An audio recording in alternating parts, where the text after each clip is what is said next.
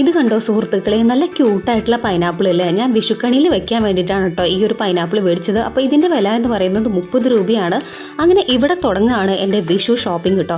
അപ്പോൾ ഈ ഒരു പച്ചക്കറി കടയിൽ നിരവധിയായിട്ടുള്ള പച്ചക്കറികളും ഫ്രൂട്ട്സുകളും ഒക്കെ ഉണ്ട് കേട്ടോ. വിഷുക്കണി വെക്കാൻ വേണ്ടിയിട്ടുള്ള എല്ലാ സാധനങ്ങളും നമുക്ക് ഇവിടുന്ന് കിട്ടുന്നതാണ്.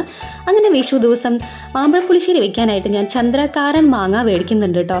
ഈ ഒരു മാങ്ങ കൊണ്ട് മാമ്പഴപ്പുളിശ്ശേരി ഉണ്ടാക്കുകയാണെങ്കിൽ ഭയങ്കര ടേസ്റ്റ് ആയിരിക്കും എന്നാണ് ഈ കടയിലെ ചേട്ടൻ പറഞ്ഞത്. അപ്പം ഞാനൊന്ന് ട്രൈ ചെയ്ത് നോക്കാമെന്ന് വിചാരിച്ചിട്ട് 50 രൂപയ്ക്ക് ചന്ദ്രക്കാരൻ മാങ്ങ മേടിക്കുകയാണ് കേട്ടോ.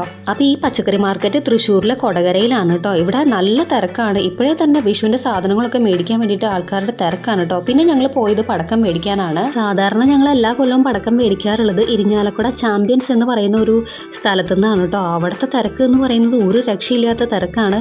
തൃശ്ശൂർ ജില്ലയിലുള്ള എല്ലാ ആൾക്കാരും പടക്കം വന്ന് മേടിക്കുന്നത് ഇവിടെ നിന്നാണെന്ന് നമുക്ക് തോന്നിപ്പോകും. കാരണം അത്രയ്ക്കുമാണ് ക്യൂ എന്ന് പറയുന്നത്.